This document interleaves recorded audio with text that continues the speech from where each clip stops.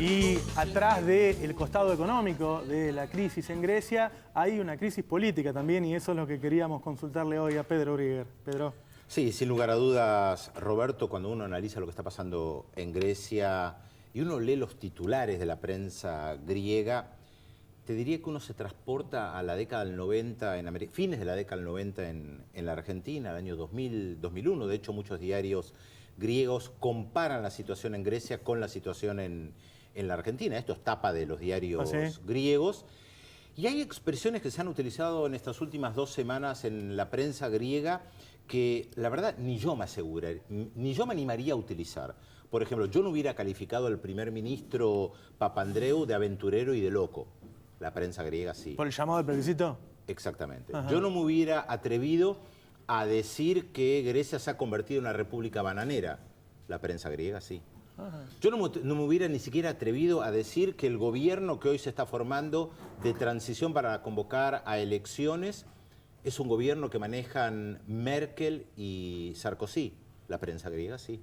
Cuando vos seguís en detalle lo que ha sucedido en estas últimas 2 semanas, las idas y venidas, las apretadas que hubo. Recordemos que Papandreou va a ver a Merkel y a Sarkozy porque justamente él plantea ese referéndum si la gente quiere aceptar el plan de ajuste, porque no se lo puede llamar de otra manera, de los europeos. Merkel y Sarkozy le dice, pero de ninguna manera nosotros podemos aceptar que usted haga, te lo digo, en tonos delicados, seguramente la conversación no fue en tono tan delicado, seguramente no le dijeron que no podían aceptar de ninguna manera que hiciera un referéndum sobre eso. Que si quería hacer un referéndum y que le gustaba la democracia, que había que hacer otro referéndum para ver si la gente quería salir o no del euro, de la eurozona. Claro. Es fuerte eso, ¿eh? Claro, el plan de ajuste lo iban a rechazar. Los griegos, la mayoría, pero salirse de la eurozona con todos los riesgos y la incertidumbre que esto implica... le están diciendo, si querés quedarte en la zona del euro, haz lo que te decimos nosotros, ¿no? Exactamente, hasta le pusieron fecha al referéndum. Claro. Pero además, esto está en la prensa griega, ¿eh? No es una interpretación mía. Al día siguiente dijo, no hay referéndum. Vos fíjate que además se está dando un escenario que la oposición, una oposición de derecha, de centro-derecha, a Papandreou, al primer ministro ya renunciado, había planteado anular el referéndum, que Papandreou se va, un gobierno de transición, elecciones nuevas, nada de un gobierno de coalición. Y lo más interesante es quién suena, todavía no está definido. Recién me fijé en la prensa griega a ver si ya estaba nombrado el sucesor de Papandreou, que sería un sucesor de transición, pero la persona que más suena es Lucas Papademos, que estuvo entre el 94 y el 2002 al frente del Banco de Grecia. Entre el 2002 y el 2010, vicepresidente del Banco Central Europeo. ¿Qué política pensás que va a llevar adelante? Claro. La política que le dicten Ahora, Merkel y Sarkozy. Quiere decir que estar en la zona del euro, que los economistas siempre dijimos que era perder herramientas económicas, perder independencia económica, también te hace perder independencia política. Pero sin lugar a dudas, Roberto, esto vos lo conocés mejor que yo. Recordemos la década del 90 cuando venían los representantes de los organismos financieros internacionales y los economistas neoliberales decían, no, nadie presiona. Son sugerencias, claro. En todo caso se conversa y hay recomendaciones del Banco Mundial, del BID, del Fondo Monetario Internacional, pero de ninguna manera son presiones. Si hay algo que revela la crisis griega es que se presiona políticamente de una manera impresionante. Y además que esto queda al desnudo. No vamos a tener que esperar 10 años hasta que aparezcan los documentos confidenciales de lo que se habló en esa reunión. Esto está puesto sobre la mesa. Por eso te digo, todo mi análisis se basa en la prensa griega, porque básicamente estoy leyendo la prensa griega para ver qué es lo que dicen sobre esta crisis. Que utilicen la expresión república bananera. Es muy fuerte. Que hayan abucheado hace un poco más de una semana al presidente de Grecia en un desfile militar y que no se pudo concretar el desfile militar, una persona que fue héroe de la resistencia cuando era joven en contra de la invasión fascista italiana, que se haya tenido que ir por la puerta de atrás, te marca una crisis política muy profunda. La diferencia con la Argentina es que no hay un partido político tan amplio como lo era el peronismo en su momento, de donde pudiera surgir alguna figura y dar algo de estabilidad, que es lo que pasó en la Argentina.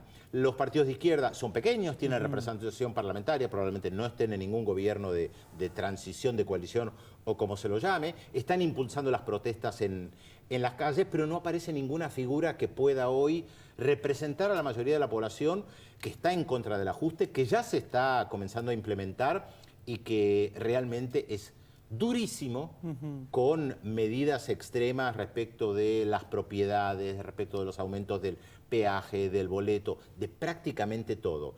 Estamos hablando de un país al cual le quieren quitar una deuda de más de 100.000 millones de dólares en momentos que un banco en Alemania, bueno, en realidad el Banco Central, descubrió que un banco había hecho mal las cuentas, un banco ligado al Banco Central de Alemania, y que habían perdido 55.000 millones de dólares. Esos que habían perdido 55.000 millones de dólares son lo que le están diciendo a los griegos cómo hacer el ajuste, qué tipo de ajuste de hacer de una deuda que claramente no se puede pagar. Los alemanes se hicieron fama de serios y quedaron ahí en la historia como serios. A ver, la fama todavía está, todavía el mito, la fantasía, pero los alemanes bien que se beneficiaron de toda la situación griega para imponer a todas sus empresas, y bien que gran parte de las coimas que se han hecho en muchos países del planeta con empresas alemanas, siempre se dice que tiene dos partes, ¿no? Claro. La parte local y la parte alemana, y esto es real. Es que, digo, a ver, los griegos no pueden pagar esa deuda, no es una cuestión de buena voluntad.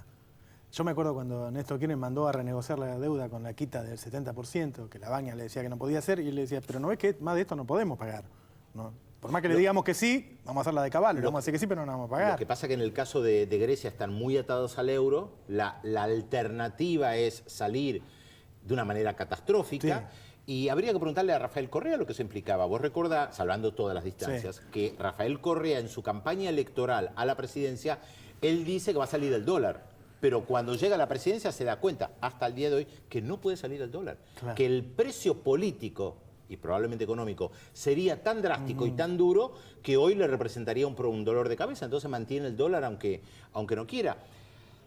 Hay muchas cosas que son increíbles respecto de Grecia, no solamente las presiones. Pensar que hace muy pocos años organizó Juegos Olímpicos y que eso implicó una inversión multimillonaria, y que además se decía que esto le iba a permitir a Grecia crecer. Un país que debe ser entre los países, no sé, 10, 20 mejores destinos desde el punto de vista turístico del mundo. No sé, 10, pero seguramente estará entre los primeros 20, que tiene unos atractivos, toda una cultura, toda una historia, y que han sido humillados por los franceses y por los alemanes. Te reitero, la palabra humillación surge de la prensa griega, la palabra república bananera surge de la prensa griega.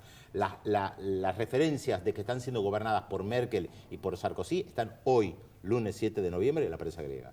Muchas gracias, Pedro. En un minuto venimos con Eduardo Levi-Yeyati, analista económico internacional. Vamos a hablar con él sobre lo que pasó en el G20, lo que está pasando en el mundo, lo que está pasando en Europa. Después vamos a tener al doctor Aldo Ferrer, un debate entre Ricardo Delgado y Ricardo López Murphy sobre el tema económico. Vamos a hablar del tema de los derrumbes en la ciudad de Buenos Aires. Ya volvemos.